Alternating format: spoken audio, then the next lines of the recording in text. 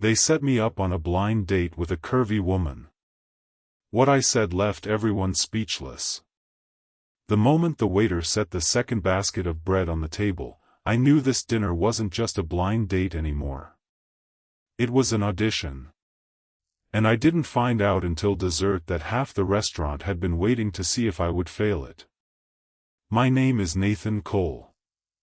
I'm 31, an electrician by trade, the kind of guy who fixes what's broken and doesn't ask a lot of questions about why it broke in the first place. I live in Tulsa, Oklahoma, in a rented house with a leaky faucet I keep meaning to replace and a dog named Biscuit who thinks every stranger is his best friend. I had been single for a year and a half, which in my family's eyes qualified as a medical emergency requiring immediate intervention. My sister, Renee, had appointed herself the head surgeon of that intervention. "You're going," she told me over the phone on a Tuesday, in the tone she used when she'd already made the reservation. Friday. 7 o'clock. Rosalind's. Going where? On a date. With who? Her name's Marisol. She's a friend of Casey's from the gym. She's smart, she's funny, she runs her own bakery, and before you ask, yes, I've seen a picture, and yes, she's beautiful. I should have asked more questions right there. I didn't, because I trusted Renee, and because I was tired of being the guy who ate dinner alone in front of the TV every night while Biscuit judged my life choices from the couch. What Renee didn't tell me, what she conveniently left out until I was already standing outside Rosalind's in a shirt I'd ironed twice, was that half our extended family and most of Renee's friend group would also be at that restaurant that night, seated at a long table 20 feet from mine, pretending not to watch. It gets worse. I'll explain why in a minute. But first you need to understand what kind of night this was supposed to be, so you understand exactly how loud the silence got when I finally opened my mouth. I want to tell you the whole thing, start to finish, because there's a lesson buried in the middle of it that took me way too long to learn, and I think some of you need to hear it as badly as I did. Rosalind's was the kind of restaurant with candles in glass jars and a maitre d', who called everyone friend whether he liked you or not. I got there at 10 to 7, which for me is practically late, because my dad raised me to believe that showing up on time to anything is the bare minimum of being a decent human being. She was already at the table. Marisol Reyes was, in fact, beautiful, exactly like Renee had promised, but not in the narrow, filtered way people usually mean when they say that word. She had dark curly hair pulled half up, a red dress that fit her like it had been made for her body instead of some imaginary body she was supposed to have, and a laugh I heard before I even reached the table because she was already teasing the waiter about something. She was also, by the standards a lot of people apply without ever saying it out loud, a big woman. Curvy is the word Renee had used on the phone, like she was bracing me for it. Like it was information I needed in advance so I wouldn't be surprised, or worse, disappointed. I want to be honest with you. For about 4 seconds, walking up to that table, I felt the tug of every dumb thing I'd ever absorbed from magazine covers and movie posters and locker room jokes I never should have laughed at. For seconds of some ugly little voice in the back of my skull asking if this was really what Renee thought I deserved. Then Marisol looked up, and smiled at me like I was the punchline to a joke she'd been waiting all week to tell, and every one of those 4 seconds evaporated like they'd never existed. "You must be Nathan," she said. "You look exactly like your sister described. Nervous and overdressed." "She undersold the overdressed part," I said, sitting down. "I ironed this shirt twice." "Twice?"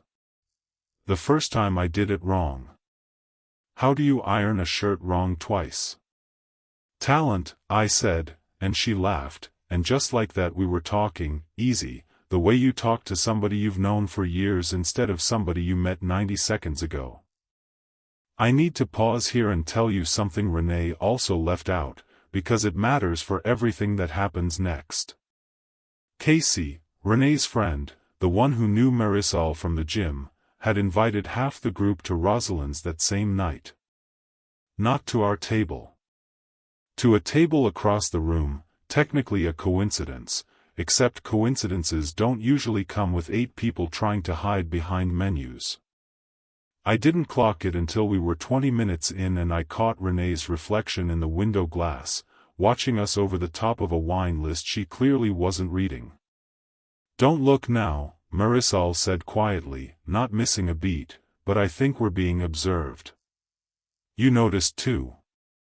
"Nathan, I've been noticed my whole life. I clock a room in about 6 seconds now." Occupational skill. From the bakery? From being a woman built like I am, walking into restaurants my whole life. She said it lightly, like a fact instead of a wound, but something in the way she said built like I am told me it wasn't as light as she wanted it to sound. I want you to remember that sentence. It's going to come back around. Dinner kept going the way good dinners go, which is to say the conversation wandered somewhere honest without either of us planning it. She told me about the bakery, a little place on Cherry Street called Sugar and Salt, which she'd started 3 years ago with a loan from her grandmother and a stand mixer that was older than she was. I told her about the leaky faucet and biscuit and the fact that I once rewired an entire house and still can't figure out my own thermostat.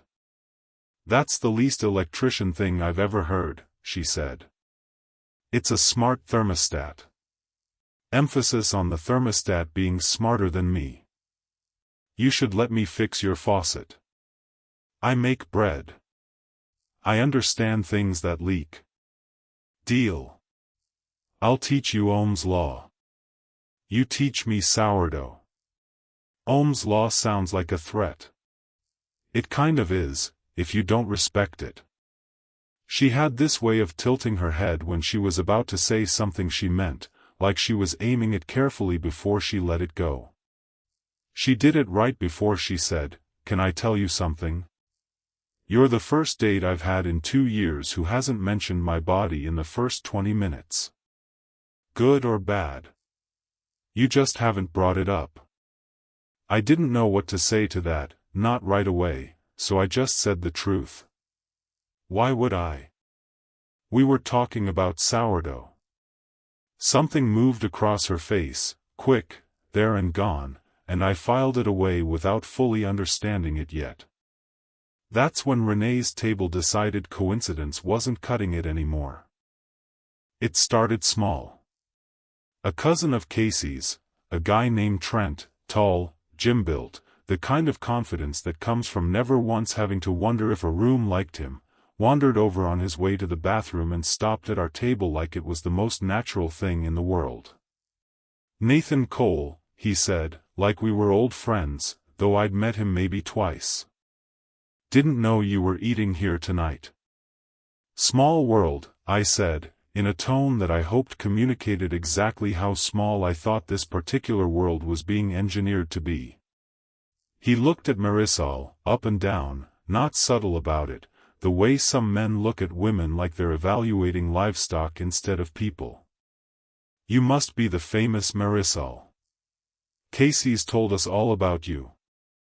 "All good things, I hope," Marisol said, smiling, though I noticed her hand had gone very still around her wine glass. "Mostly," Trent said, and laughed, like it was a joke, like the pause before mostly hadn't meant anything at all. I felt my jaw tighten. I didn't say anything yet. I want to be honest about that. There's a version of this story where I jump in right there, guns blazing, and it would make for a cleaner narrative, but it wouldn't be true. The truth is I sat there for one more beat, hoping he'd just walk away, hoping the moment would pass on its own the way uncomfortable moments sometimes do if you don't feed them. He didn't walk away. He glanced back at his table, at Renee, at Casey, at the 4 other people watching, like he was performing for an audience, and then he said, loud enough for half the restaurant to catch it, "I gotta say, man, respect.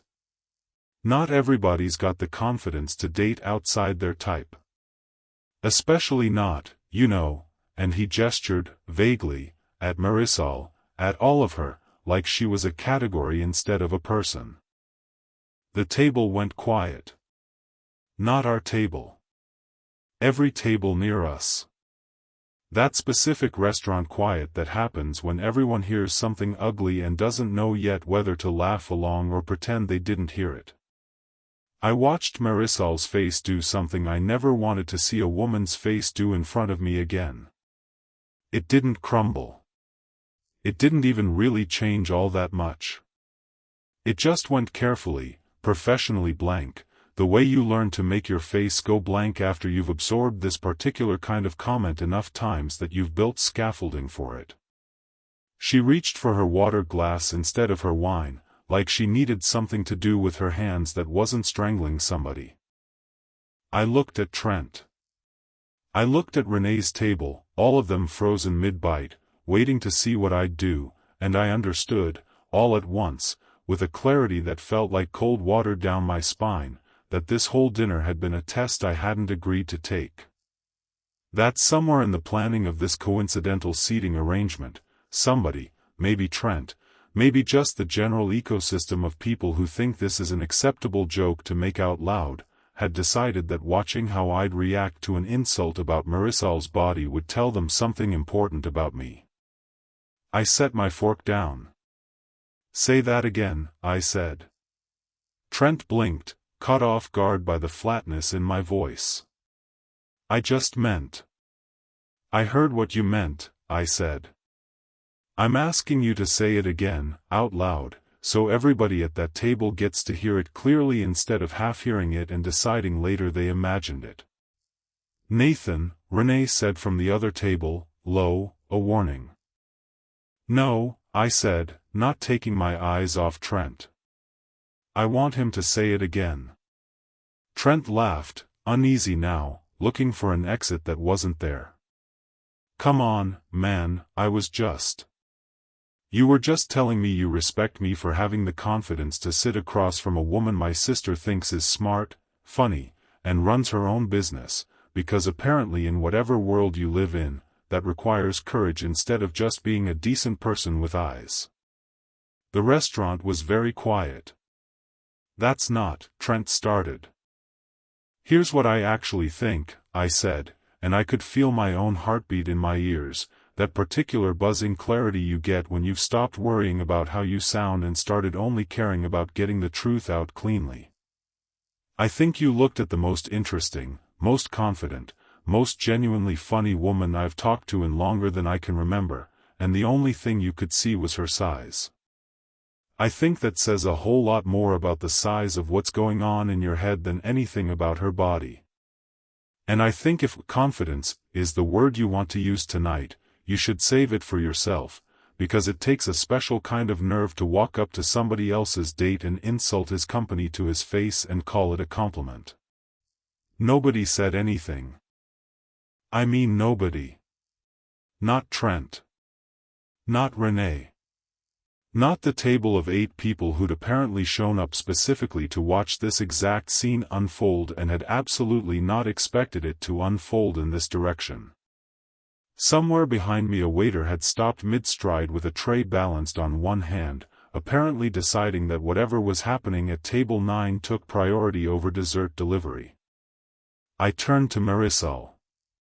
She was looking at me like she was trying to solve a math problem that had suddenly changed all its variables. Her eyes were bright, too bright, the specific brightness of somebody working very hard not to cry in a restaurant full of people who just watched her get insulted and then watched a virtual stranger defend her like it cost him nothing. "I'm sorry," I said to her, quieter now, just for her. "That should never have happened. And I should have said something the second he opened his mouth instead of giving him a chance to keep going." She didn't say anything for a second. Then she said, "You didn't have to do that." "Yeah," I said. "I did." Trent mumbled something that might have been an apology and might have just been an excuse to leave, and slunk back to his table, where I noticed Casey wouldn't quite meet his eyes and Renee looked like she wanted the floor of Rosalind's to open up and swallow her whole. I looked back at Marisol. Do you want to leave? We can go somewhere else. Somewhere without an audience. She wiped under her eye with one careful finger, the way women do when they're trying not to ruin their makeup, and said, actually, I want dessert. I've heard the tres leches here is criminal. Criminal how? Criminally good. Sit down, Nathan. You already won the fight. Don't let it ruin the cake. I sat down. I want you to know that made me laugh, actual laughter, the kind that breaks tension instead of building it, and for the rest of that dinner, something had shifted between us. It wasn't the easy, breezy first date conversation from 20 minutes earlier. It was something with more weight in it, more trust, the specific trust that gets built fast and hard between two people who've just been through something together, even something small. We ordered the tres leches. She was right. It was criminal. Here's the part one didn't expect, and the part that I think matters most in this whole story, so stay with me. About 20 minutes later, while we were splitting that cake, Renee came over. Alone. No Casey, no Trent, none of the audience. Just my sister, looking smaller than I'd ever seen her look, standing at the edge of our table like she wasn't sure she was allowed to be there. Can I say something? She asked. Renee, I started, already bracing for a fight. No, let me, she said, and looked at Marisol. I'm so sorry. I didn't know Trent was going to do that. I didn't invite him planning for anything like that to happen. I just wanted everybody there to meet you because I was excited, and I didn't think it through, and I should have, because I know what it's like when people, she stopped, swallowed, started over. I should have protected you from that instead of accidentally setting the stage for it. Marisol looked at her for a long moment. Thank you for saying that. I mean it. I believe you, Marisol said, and I watched something ease in my sister's shoulders. But maybe next time, skip the audience. Some of us like our first dates without a live studio audience grading our chemistry. Renee laughed, wet and relieved. Deal. She left. Marisol looked at me across the table, over the wreckage of the tres leches, and said, Your sister loves you a lot. That's a good sign, you know. In a man. Yeah. Family tells you things a man won't tell you about himself. Yours clearly thinks you're worth setting up, even if her execution needs work. High praise. I don't hand it out for free.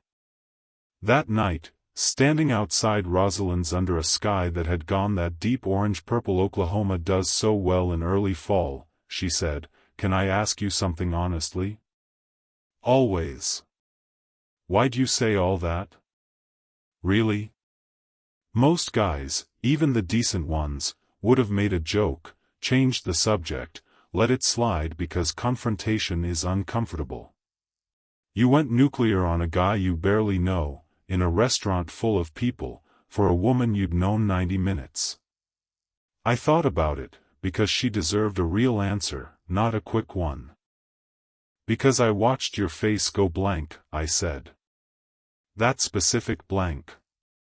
And I understood, watching it happen, that you've had to build that blank on purpose, probably 100 times, because people keep making you build it. And I thought, if I let that happen in front of me and said nothing, I'm not actually any different from every other guy who's ever made you build that wall. I'd just be quieter about it. She didn't say anything for a second. Her eyes had gone bright again.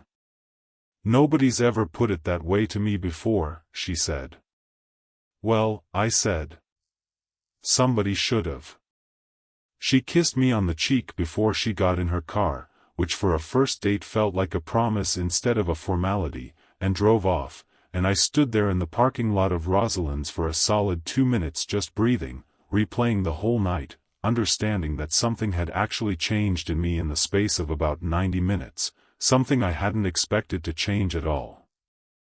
I want to skip forward a little now, because if I walk you through every single date over the next 2 months, we'll be here till Christmas, and the important part of this story isn't the accumulation of dates.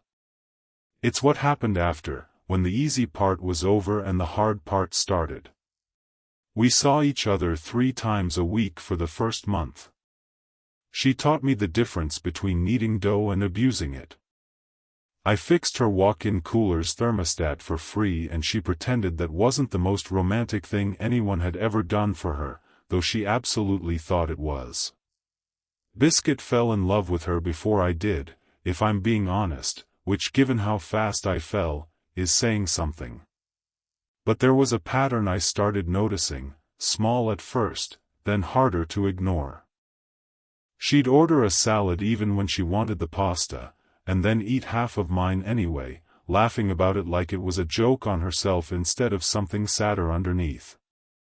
She'd angle herself in photos, always, a habit so automatic she probably didn't know she was doing it, turning her body a certain way to look smaller. Once, trying on a dress for a wedding we were both invited to, she stood in front of the mirror in her apartment and said, quiet, almost to herself, not really to me, I used to think if I just lost enough weight, I'd finally get to stop thinking about this every single day. And now? I asked. Now I mostly think about it every single day anyway, just with better bread recipes. She laughed when she said it. I didn't. Marisol, I said. Can I say something, and you actually hear it instead of laughing it off? She looked wary, the way people get wary when somebody's about to be serious with them and they're not sure they're ready for serious. Okay, she said. I don't think about your body the way you think I think about it, I said. I think about the way you laugh with your whole chest, like it costs you nothing, which is rare, because most people have learned to laugh smaller than they feel. I think about the fact that you built a bakery out of a stand mixer and a loan from your grandmother, and now you employ 6 people and you know every single one of their kids' names. I think about the fact that you looked at a rude guy in a restaurant and decided the tres leches deserved your attention more than his opinion did, which honestly might be the healthiest response to cruelty I've ever personally witnessed. Your body is part of you. It's not separate from the rest of it, and it's not the headline, either. I need you to actually believe that, because I'm not going anywhere, and I don't want to spend the next however many years watching you flinch at mirrors. She was crying by the time I finished, the real kind, not the pretty movie kind, the kind where your face does things you can't control. Nobody's ever said it like that, she said again, the second time she'd said that particular sentence to me, and I understood, hearing it twice, exactly how much silence she must have lived in before I showed up asking questions about sourdough. Well, I said, echoing myself from the parking lot. Somebody should have a long time ago. I'm not going to pretend the rest of the relationship was some frictionless fairy tale, because that wouldn't be honest, and I promised you the truth of this. There were hard weeks. Her mother, a well-meaning but sharp-tongued woman named Delia, asked me once at a family dinner, in front of everyone, whether I was sure about all this, gesturing at Marisol the same vague, insulting way Trent had, like her body was a variable I needed to run calculations on before committing. I said, calmly, that I was surer about Marisol than I'd been about anything in a decade, and that I found it strange that a mother would question a daughter's worth out loud at her own dinner table, and the room went quiet the same way Rosalind's had gone quiet, except this time Marisol reached under the table and squeezed my hand so hard it nearly hurt, and I understood that was her way of saying thank you without having to say it in front of her mother. There was also a night, about 4 months in, when an old boyfriend of hers named Diego showed up at Sugar and Salt out of nowhere, someone she'd dated in her 20s, back before the bakery, back before she'd built any of the scaffolding she now carried around her. He was smooth, expensively dressed, the kind of guy who'd clearly done well for himself and wanted everyone in the room to clock it immediately. "Marisol Reyes," he said, like her name was a punchline. "Look at you. Baking. Very domestic. Suits you." There was something underneath "suits you" that I didn't like, a specific weight to it, and I watched Marisol's spine go straight, watched her decide, in real time, whether to let it slide or push back. "It suits me because I built it," she said. "What suits you these days, Diego? Still selling timeshares, or did you move up to something with actual integrity?" He laughed, a little too loud, a little too defensive. "Still got that mouth on you. Still got better things to do with it than talk to you," she said, and turned back to the counter, effectively ending the conversation, and I stood there behind her, arms crossed, saying absolutely nothing, because for the first time in this whole story, she hadn't needed me to. That was the moment I actually understood something important, something that took me longer to learn than I'm proud of. The first night at Rosalind's, what I said mattered because somebody needed to say it, because she'd absorbed so much ugliness for so long that she'd stopped expecting anyone to push back on her behalf. But the goal was never for me to keep being her shield forever. The goal was for her to get back to a place where she didn't need one, where the wall she'd built out of necessity could come down brick by brick, not because I tore it down for her, but because she finally had enough evidence, collected date after date, argument after argument, quiet Tuesday night after quiet Tuesday night, that the wall wasn't required anymore. Diego left. Marisol finished pulling a tray of croissants from the oven like nothing had happened, and when I told her, later, how proud I was watching her handle that, she just shrugged and said, "You gave me the practice round at Rosalind's. Figured I better graduate eventually." That line stuck with me for weeks. We got married 18 months after that first dinner, at a small venue outside Tulsa with string lights and too much barbecue, and yes, Renee cried through the entire ceremony, and yes, Trent was not invited, and no, I have not forgiven him, and I'm at peace with that.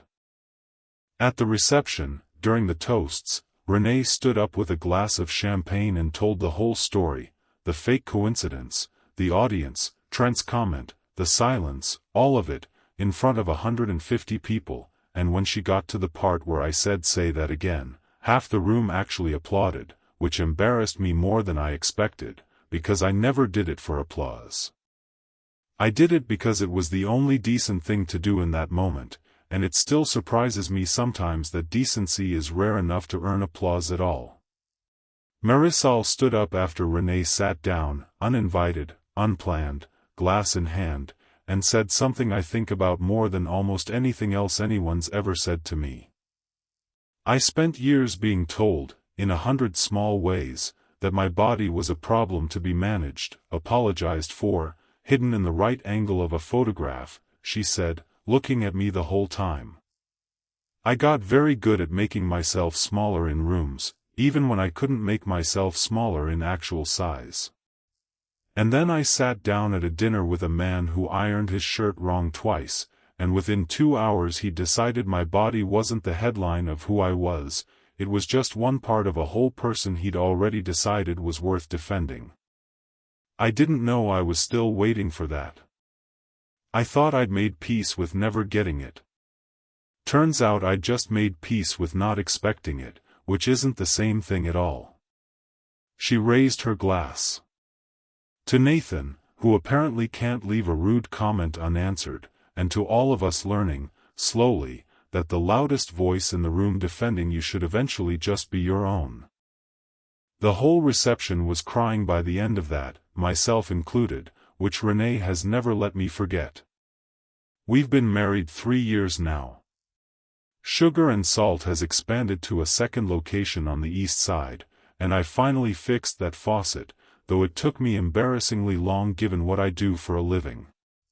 Biscuit still loves her more than me, and I've accepted that as the natural order of things.